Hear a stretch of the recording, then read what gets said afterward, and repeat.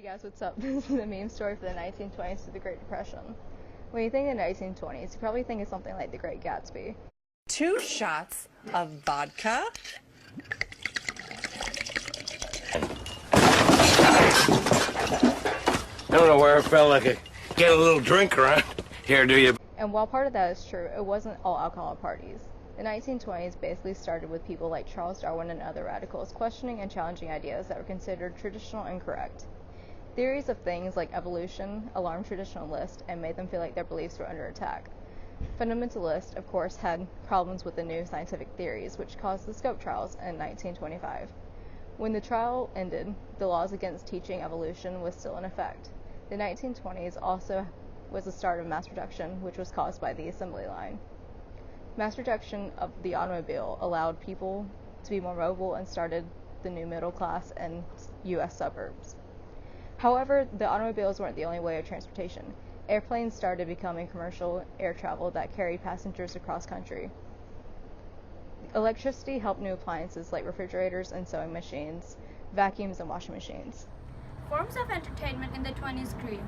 Mass media encouraged people to stay out after dark. Mass production reduced the prices of goods. This led to people buying products on installment plans. The United States became a consumer society. Women in the 20s changed. They joined workforces and challenged traditional roles. Rebellious women cut their hair shorter and their hemolines grew higher. They were known as flappers. The 20s was an era of prosperity. A group of writers that felt lost in the society were known as the Lost Generation. African Americans had great accomplishments within their own society. Jazz was a popular form of music.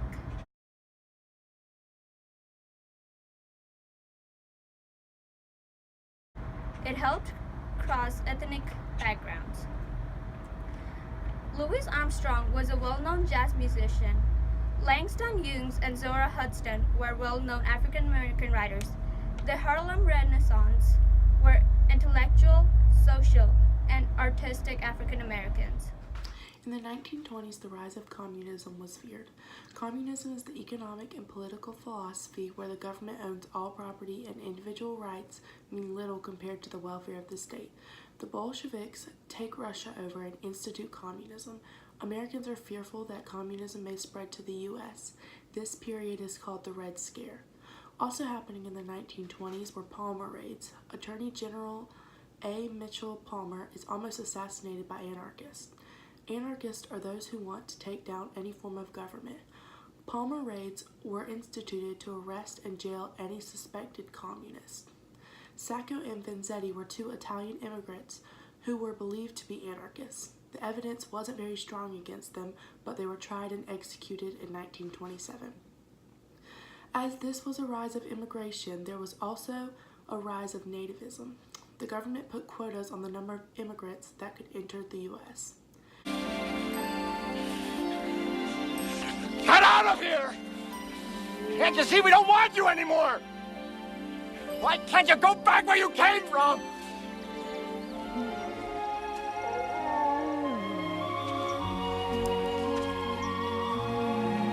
Goodbye, my friend. There was a resurgence of the KKK as well. They broadened their attacks to black, Jews, Catholics, and immigrants as the U.S. became more diverse. In 1919, the 18th Amendment outlawed alcoholic beverages. Alcohol, liquor, booze. This ban on alcohol becomes known as prohibition. This new outlaw surrounding alcohol arose, and criminals arose as well. Criminals who sold alcohol illegally were known as bootleggers. Speakeasies arose as illegal bars. Soon after, the 21st Amendment ended prohibition in 1933. In 1923, Calvin Coolidge became president and supported big business, also believed government should not interfere with growth of business. In the beginning, the stock market was doing well. People bought stock on speculation, which means making high-risk investments in hope of making high returns on their money. Others were buying on margin, which means investors buy stock for only a section of what they cost. Technology began to rise for the economy. People could buy more, which means manufacturers could charge less. But bad news for farmers. Farms went into foreclosure because of overpopulation of new machinery. Also, the environment started to change. Dust Bowl of 1930 to 1936 was a series of storms in the Midwest which consisted of high winds, huge clouds of dust, and forced farmers to become homeless migrants. Run. In 1929, Herbert Hoover becomes president. He opposes the government interfering with business. During his terms, an event called Black Tuesday, also known as the stock market crash of 1929, happened. People who invested in the stock market lost everything. 1/4 of people were unemployed. People became homeless, relied on soup kitchens and bread lines. This started the Great Depression. Many of the homeless came together to live in homemade shacks called Hooverville. Spare change, ma'am. Squidward? Squidward, is that you?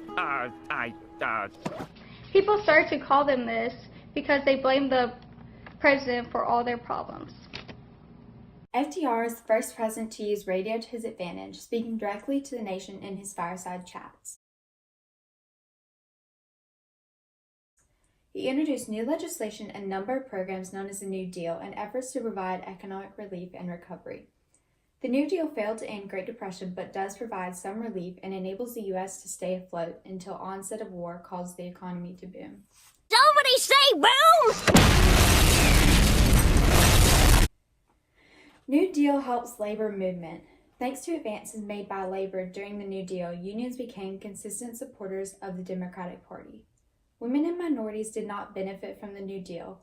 Federal programs showed favoritism towards men, allowed businesses to pay women less, and did nothing to regulate domestic work. Many minorities worked as farmers and migrant workers. Lack of government payroll records excluded them from federal programs. New Deal sanctioned racial segregation. African Americans experienced highest rate of unemployment. Begin to shift political loyalty to Democratic Party.